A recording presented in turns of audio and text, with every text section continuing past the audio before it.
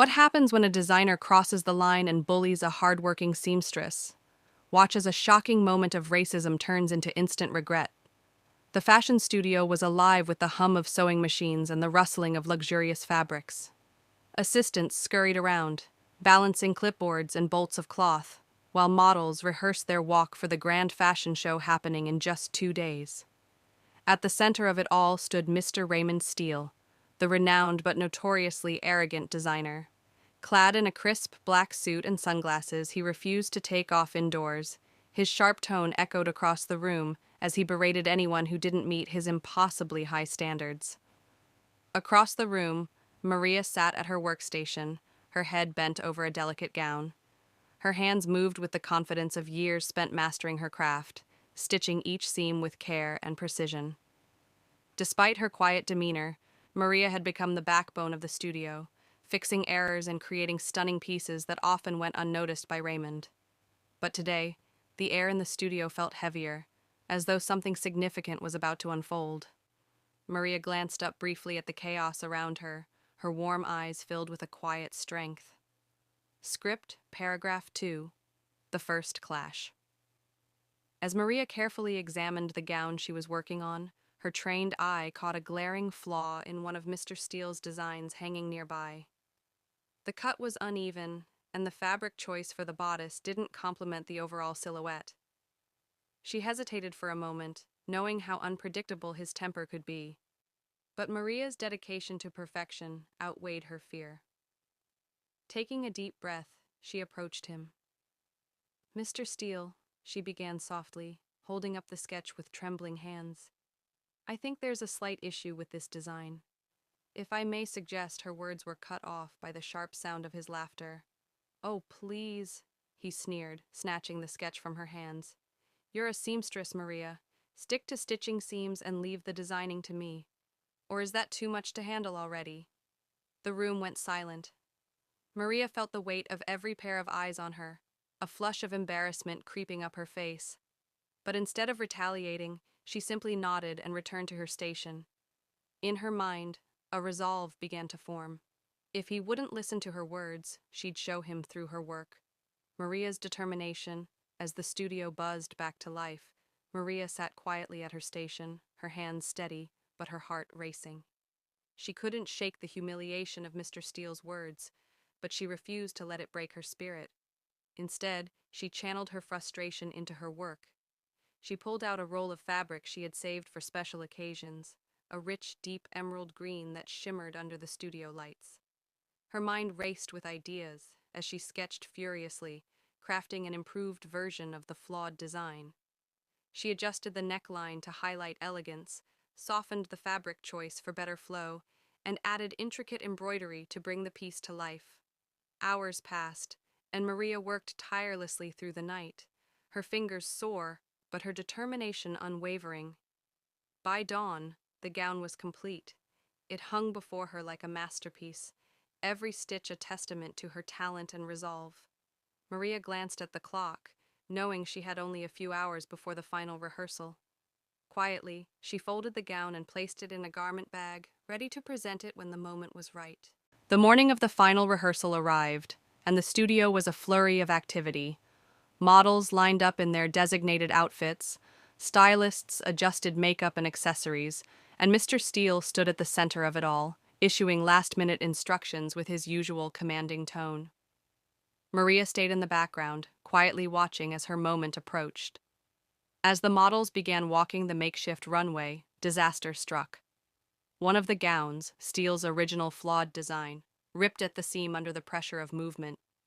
Gasps filled the room as the model stumbled, clutching the torn fabric. Steele's face turned red with anger as he barked at the assistants to fix it immediately. Maria seized the opportunity. She stepped forward, holding her garment bag with calm confidence. "Mr. Steele," she said, her voice steady, "I anticipated this issue and prepared an alternative. With your permission, I'd like to show it." Steele hesitated, his pride clashing with the urgency of the situation. Finally, he waved her forward. Maria quickly dressed the model in her creation, and as the model stepped onto the runway, the room fell silent. The gown flowed like liquid emerald, catching the light with every step. The intricate embroidery glistened, and the adjustments Maria had made elevated the design to a level of sophistication no one expected. The studio erupted into applause, with assistants and staff whispering admiration for Maria's tale, Steele's regret. Mr. Steele stood at the edge of the runway, his mouth agape, watching in stunned silence as the model strutted confidently in Maria's creation. His eyes flickered from the gown to the faces of the staff, all of whom were now looking at him with a mixture of surprise and newfound respect for Maria. He swallowed hard, his pride gnawing at him. It was impossible to deny the brilliance of the design. When the model returned to the back of the room, Steele turned to Maria, his face a mask of frustration and disbelief. How did you do this?" he asked, his voice lower than usual, a rare moment of vulnerability creeping in. Maria, calm and composed as always, met his gaze without hesitation. "I told you, Mr. Steele, talent isn't defined by the title or the role you play.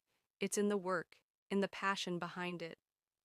Steele opened his mouth to say something, but the weight of his actions seemed to settle in. His earlier arrogance came rushing back to him, but he knew, deep down, that this moment was a turning point. With a deep sigh, Steele nodded, his voice softer now. I'm sorry, Maria. For the way I treated you, I was wrong." Maria gave a small, knowing smile, but she didn't respond with words. She simply returned to her work, her quiet strength having spoken louder than anything she could say. Would you like to conclude the script with the team's new dynamics and the lasting impact of Maria's actions? Or should we add more scenes to show Steele's transformation? A new dynamic, the days that followed were a shift in the atmosphere of the studio. Maria's design had not only saved the fashion show, but had catapulted her into a new light. The other staff members began to seek her out for advice, her quiet expertise now respected by all. She had earned her place, not through confrontation, but through her unwavering dedication and skill. Steele, too, had changed. His once cold demeanor softened, and he began to value the input of his entire team, regardless of their position.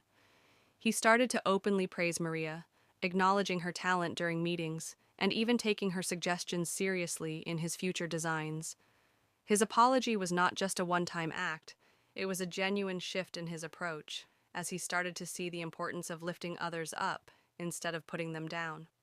As the fashion show came to a close, the spotlight on Maria was undeniable.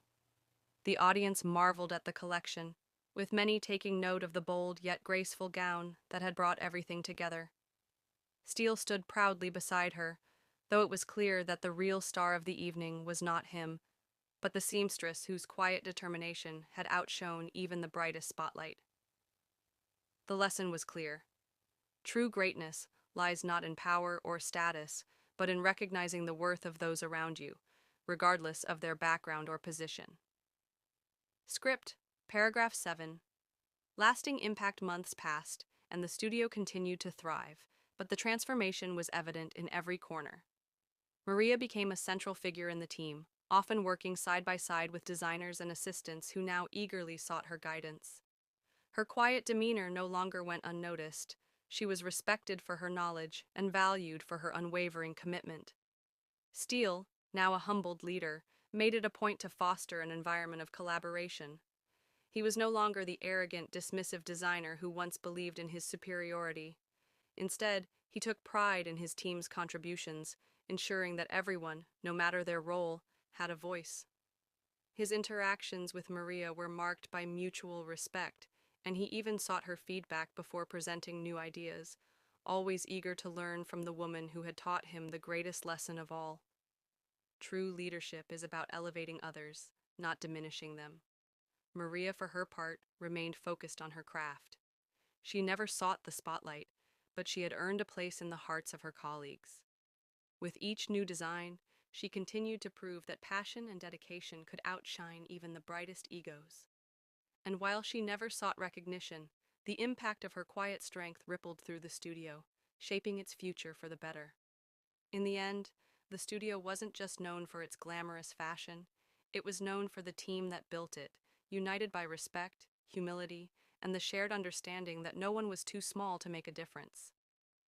This story was one of growth, not just for Maria and Steele, but for everyone who witnessed the change.